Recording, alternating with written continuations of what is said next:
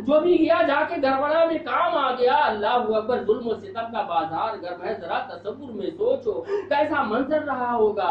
حضرت زینب بھائی کی بارگاہ میں آئی، فرمایا حسین بڑا مصیبتوں کا دن ہے، آفتوں کا دن ہے. نبی فرماتے کہ جب بلا کو دور کرنا ہو تو صدقہ کیا جائے. الصدقۃ رد البلا، صدقہ بلاؤں کو دور کر دیتا ہے. صدقہ کیا جائے مصیبتیں ٹل جائیں گی، صدقہ کیا جائے تکلیفیں ہٹ جائیں گی. حضرت امام کی آنکھوں میں آنسو آئے. بہن زینب، ارے یہ مدینہ ہوتا تو کچھ صدقہ کر دیتے، یہ کربلا ہے، یہاں تو پینے کو پانی نہیں ہے تو صدقہ کیا کریں گے، یہاں تو کھانے کو کچھ نہیں، صدقہ کیا کریں گے. یہ کربلا بے آب و گیا میدان ہے، یہاں ہمارے پاس کچھ نہیں، پانی پہ پہرے لگے ہوئے ہیں، ہم یہاں کیا صدقہ کریں گے. کیا ہے ہمارے پاس کہ اللہ کی بارگاہ میں صدقہ کریں اور اللہ مصیبتوں کو دور فرما دے. حضرت زینب فرماتی ہے بھیا میرے پاس میرے 2 بچے ہیں، میں ان پہ تمہیں صدقہ کرتی ہوں، انہیں قبول کر لو، یہ تمہارے 2 بھانجے ہیں، انہیں قبول کر لو. حضرت امام کی آنکھوں میں آنسو آئے. بہن زینب ایسا نہیں ہو سکتا، یہ چھوٹے چھوٹے میرے بھانجے، انہیں میدان کربلا میں بھیج کے کیا کرو گی. ضد کیا. حضرت زینب نے اپنے بچوں کو خود سنوارا تھا، میدان کربلا میں بھیجا تھا. ذرا تصور میں سوچو، چھوٹا بچہ اور 22,000 کا لشکر جرار، بچے کے اندر ہمت کیسی رہی ہوگی. اور جب بچے بڑھنے لگے حضرت زینب نے اپنے بچوں کو واپس بلایا. چھوٹی چھوٹی تلواریں ہیں، واپس بلایا. فرمایا بیٹے جا تو رہے ہو کربلا میں، لیکن کوئی پوچھے تو یہ نہ کہنا ہم حسین کے بھانجے ہیں، یہ نہ کہنا کہ ہم زینب کے بیٹے ہیں، یہ مت کہنا. کوئی پوچھے تو یہ کہنا کہ ہم حسین کے غلام ہیں. اللہ اللہ، یہ چھوٹے چھوٹے زینب کے بچے حضرت امام حسین کے بھانجے میدان کربلا میں پہنچے. یزیدیوں نے پوچھا تم کون؟ تو انہوں نے کہا ہم حسین کے غلام ہیں. چھوٹے چھوٹے بچے بھی میدان کربلا میں کام آ گئے. اخیر میں حضرت امام حسین رضی اللہ تعالیٰ عنہ کی باری آئی، اسلام کی عظمت پہ جان دینے کے لیے، اسلام کی عظمت پہ قربان ہونے کے لیے. حضرت امام حسین نے صبر کی تلقین کی، سب کو سمجھایا. ضرب الخدود وشق الجیوب ودعا بدعوى الجاہلیہ. حضرت امام حسین رضی اللہ تعالیٰ عنہ نے فرمایا، حضرت امام حسین نے فرمایا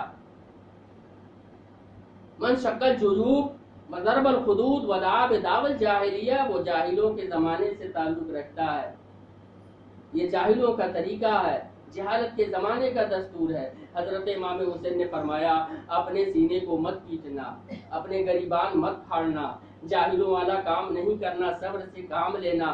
ہر ایک کو سمجھایا، ہر ایک کو بتایا، ہر ایک کو سمجھایا اور پھر گھوڑے پہ سوار ہوئے میدان کربلا کی طرف بڑھنے لگے. حضرت سکینہ نے گھوڑوں کے پاؤں کو پکڑ رکھا تھا، گھوڑا آگے نہیں بڑھ رہا. امام حسین رضی اللہ تعالیٰ نے پیچھے مڑ کے دیکھا، حضرت سکینہ ہے جنہوں نے گھوڑے کا پیر پکڑ کے رکھا ہے. اللہ اکبر، کتنا وفادار جانور تھا.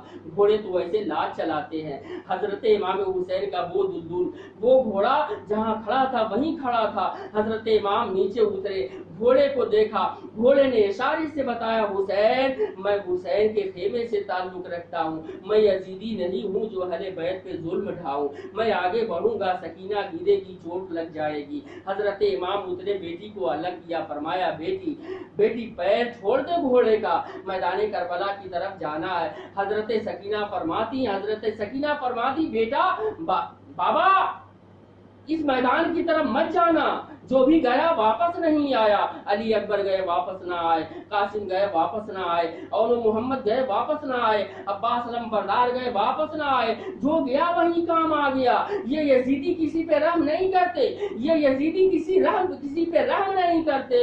آپ بھی جاؤ گے، آپ کے اوپر بھی یہ ظلم کریں گے، آپ کو بھی مار دیں گے. حضرت امام حسین نے بیٹی کو سینے سے لگایا، فرمایا بیٹی اسلام خطرے میں ہے، اسلام خطرے میں ہے، اسلام کے اصول خطرے میں ہے، شریعت خطرے میں ہے، قرآن کے اصول و ضابطے خطرے میں ہے.